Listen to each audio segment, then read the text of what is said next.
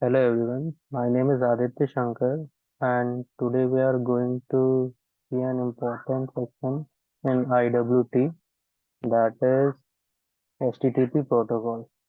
HTTP is Hypertext Transfer Protocol and it mainly involves request and response mechanism. So in this presentation we'll cover HTTP protocol, its request, in the components of the request. An important part here is the HTTP methods that we are going to cover. Then HTTP response, its components. Then an important part of the response is the status code. Then we are going to see an example of request and response, HTTP request and response.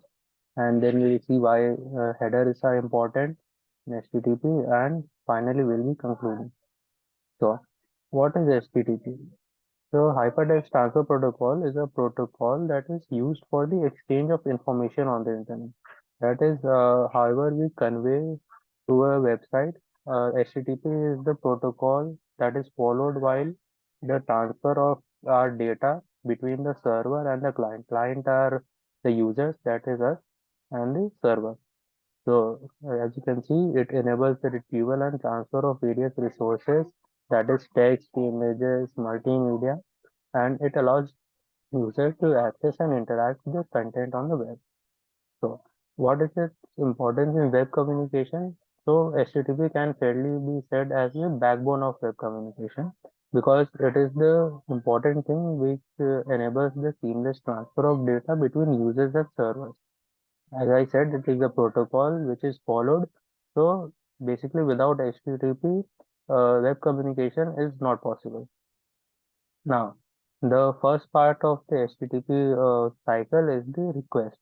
An HTTP request is a message that is sent by the client, that is, for example, a web browser, to a server. And why? To request a specific action or some resource. As you can see, it comprises a request line. So it is the most important part of the HTTP request, a request line, which comprises of the methods, the URL identifying the resource, and some optional headers or body. We'll see this further. Its components, as I said, request line, headers, and body.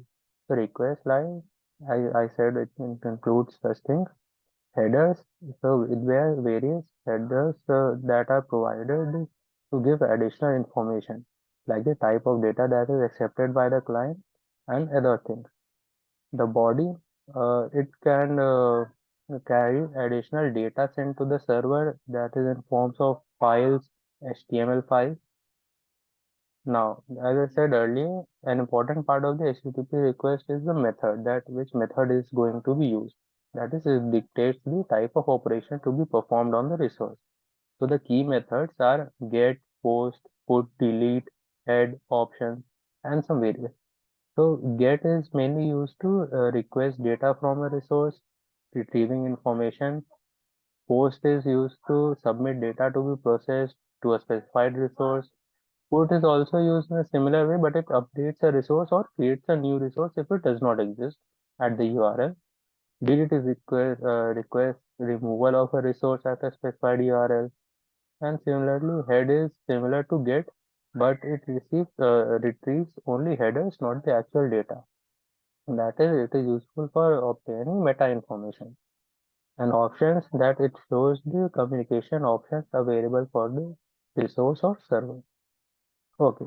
Now, the second part of the mechanism or HTTP whole cycle is the response. That is the response that server provides back to the client. So it is a HTTP response is a message sent by a server to a client in response to an HTTP request. It contains status line, headers, bodies. We'll see it further in the response component. So it contains status line, header, body. Now status line, the most important line of the HTTP response. It contains the HTTP version, three-digit status code, that is the status code, and a brief message which basically provides the response. Like here it is 200 OK. So OK is the basic message, brief status message. Now headers, there are various response headers, of course, to convey additional information like content type, length, server information, caching directives. And the body. The body also similar to the request, it carries the actual content sent by the server back to the client. It can contain HTML, images, JSON, or other type of data as per the request. Now, the most important part in the request, HTTP response part, status code. So the status code, they are three-digit numbers returned by the server to indicate the outcome of the client's request. So if it starts with a one, it is normally informational message, informational, that is status, that indicates the request was received, continuing process. Basically, it gives the information. Now, if it starts with a two, that is success message, that it signifies that request was successfully received, understood, and accepted. Like we previously mentioned, 200 OK is for successful request. Now, if it starts with 3, it is a redirection message that further action needs to be taken to complete the request. So it involves a redirection, like 301 moved permanently. Now, if it starts with 4, it is a client error message, like if the error is on the client's part, like malformed request or insufficient permission. That is, for example, the famous 404 not found error. And if it starts with a 5, it is the server side error. That is, it includes the signaling that server failed to fulfill a valid request, like 500 internal server error. Now, let's see a basic example of a request and response, HTTP request and response. So there is the web client which requests to the server.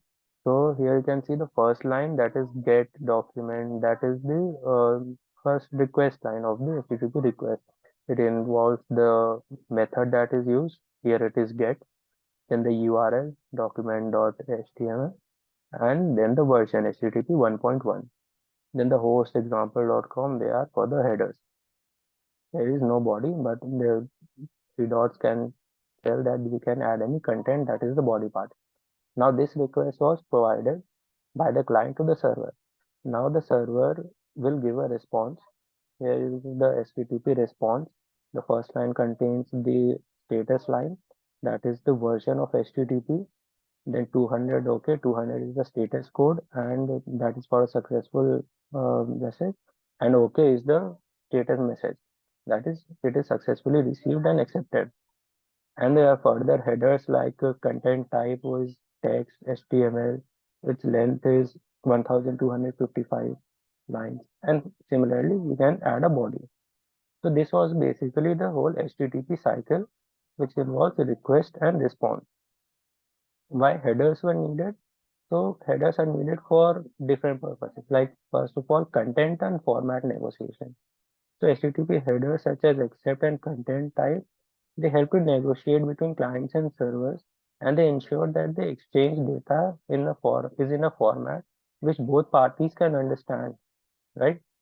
Then more information can be about caching control, like it enables efficient caching strategies, reducing the need for repeated data transfers, and improving overall performance by minimizing network latency. Then one more of feature is security enhancements. Like certain headers like strict transport security and content security policy, they play a vital role in enhancing security. Right, they ensure secure connections and define security policies protecting against web vulnerabilities.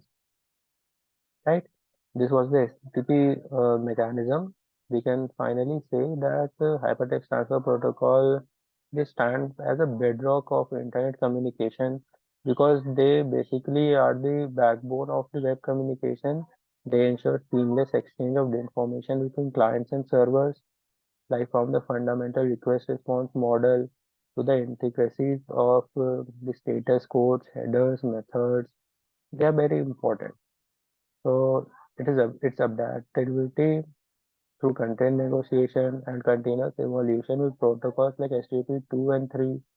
They empower the developers to create dynamic and secure online experiences. And as we have seen, the ever-evolving digital landscape, understanding of HTTP is very important. It is pivotal to ensure the efficiency, security, and the interconnected nature of web communication. Thank you.